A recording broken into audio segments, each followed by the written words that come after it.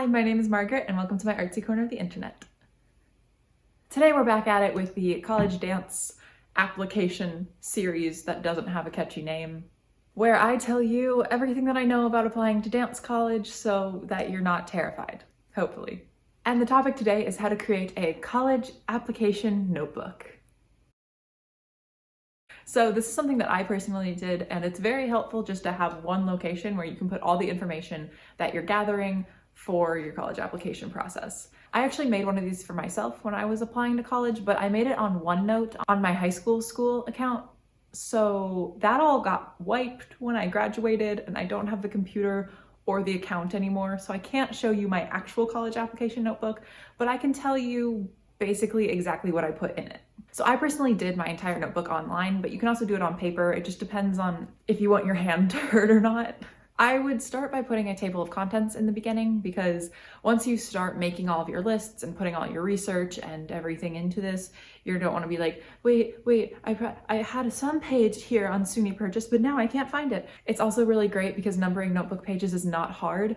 And then afterwards, you're like, wow, I did something. So if you ever want to procrastinate, just number your notebook pages. On the first page, what I personally did is I basically did like a 10-minute free write of like my dream college. So what classes I would want to take, what major I want, do I want a double major, how many people are in my class, all the different things that you would want in your dream picture perfect college. Then I went through and I highlighted the main wants from that free write and made a bullet pointed list of the things that I wanted from college.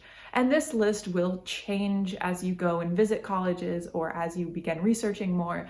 So it doesn't have to be the end all be all, but it is a nice thing to kind of take as like a jumping off point. The next page is a little bit less fun than just dreaming about your perfect college, but it's also very important. I called this the realities page. This is basically where I put in how much I wanted to spend on college, what kind of scholarships I would need, my ACT score, my GPA, basically all of the numbers that factor in whether you can get into a college or not. And this part really sucks, but if you have it all on one page, it's easy to go and look and say, well, this school doesn't offer enough scholarship, or this school is too far away, it's out of state, or whatever the thing is that's gonna hold you back. But it's nice just to have all of the stats and numbers on one page so that you can just flip and see what it is. And of course, you can update this as you go along as well. The next thing I put into my college notebook was just an all-encompassing list of every college I had looked at. Basically, I put down any college that has a dance major and that I thought I would be interested in. If you want to know more about finding dance colleges, I made another video about that. It might not be out, but it might be out. I don't know. There's an entire playlist to help you apply to dance colleges, so go check that out. And yeah, basically whenever you hear a college that you think is interesting, add it to your all-encompassing list, and then you have like a master list of colleges that you can look into. Once I had a list of colleges that I was looking into and I thought could be college potential for me, I went ahead and I made a page for every college. If you have like a list that's like 50 colleges, you might want to do some preliminary research and just see if you want to do further research on it before you dedicate an entire page to it. So I probably made a page for 10 to 15 colleges, and basically I just put down a bunch of basic information about that college and anything that I found interesting. So I wrote down a little suggestion list of different things that you could write down about each college, so I'm just gonna read that off. The location of the college, the campus size, the academic ranking, the tuition, core requirements, acceptance rate, and the dance acceptance rate, application due date, number of students, audition dates, average ACT. I put a photo of the campus and the size of dance program. I actually found that list from another notebook that wasn't online, and that's how I was keeping track of colleges. Like, I think it was my junior year that I wrote that stuff down. But I would also highly recommend to just make notes about the college. So if you're watching a dance program and you said, oh, their technique is really good, but it's very classical, or maybe the opposite, and you said, well, their technique is not as great as other colleges, but I really like the artistic side of it. Make notes about that as well, so that you have basically a spark notes about the school and you don't have to go back and research. So if your mom's like, well, how much is the tuition? You don't have to Google it, you just have it in your notebook. Or if you're going to the audition and you're like, was this the school that was really into contemporary dance, or was this the one that was more jazzy? You can go back and be like, oh, this one says that it had an emphasis on musical theater, and you just have it all in one place. I would also write down any classes that you think that you might like that they teach, or what was the other thing I was gonna say? or anything just special about the school, like, oh wow, this school has a swimming pool that they let you use, or this school is really close to my grandma, or anything that is really unique about that school that you think might sway your decision in the future. So all of those pages are kind of done before you start the application process. Those pages are going to help you decide where you're going to apply. So then the next portion of your notebook is going to be the application process. So if you're online, don't delete the other pages or don't rip them out of your physical notebook, because you might realize once you start applying to schools that maybe you're like, oh, I really thought I wanted to be a BFA at a conservatory, but now I'm thinking I might want to go to a university.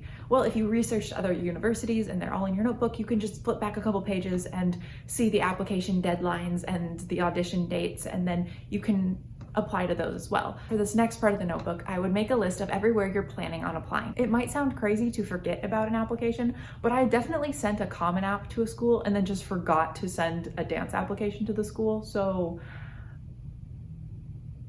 then after you make your list of where you're applying, I would do the same thing that we did before and make a page for each application process. So I have another list of things that you should write down for these pages. I would make sure to note when the college application is due, and make sure to note if you're going to do early decision, early action, or the regular deadline. I would also write down if this is part of the Common App or not. I'd also write down if there is a separate dance application. So you'll probably have a dance audition, either you'll go in person or you'll have to do a video, but some dance colleges also make you write like a dance essay. So write down if there's a dance application and the Common App, or if it's just the Common App and an audition, write down all of the application requirements for the school and the dance program.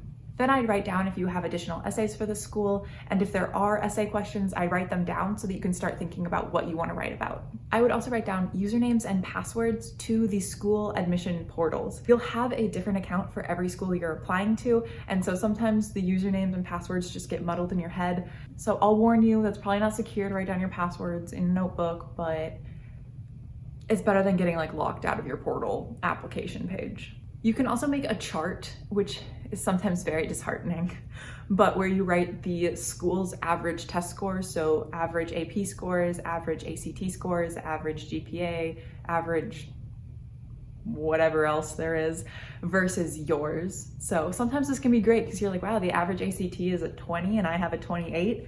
Sick. Other times it's like, oh, I need a 32 and I have a 16. It's okay, ACTs are really stupid, so. Also, the other thing to know is that sometimes when you are applying to be a dance major, they take academic weight a little bit less. Often if you get into the dance program, but you're a little bit below average, sometimes the dance program will be able to like talk to the admissions of the school and say, no, please let them in because we want them as a dancer. So sometimes those things, there's a little bit of like weight balancing your dance versus your GPA. Like if you think you're a shoo-in for the dance program, but you're a little bit lower in GPA, you might be a little bit safer, but I don't know. Oh yeah, something else that I thought I'd just mention real quick is that sometimes if you have an in-person audition, the school will actually waive your ACT. I would also list out all of the audition dates and all of the audition requirements. Each audition is going to have totally different requirements for what to bring, what to wear, what to whatever. So make sure that you just write those all down, so that way before you're leaving for your audition, if you have to go like out of state, you can just check that and make sure that you have all the requirements. Also write down all the different dates for the auditions, because sometimes scheduling gets funky because a lot of the auditions are held on the same dates, and so you can't be in California and New York in the same weekend. So writing out all the dates so that you can begin making an audition schedule is also very helpful.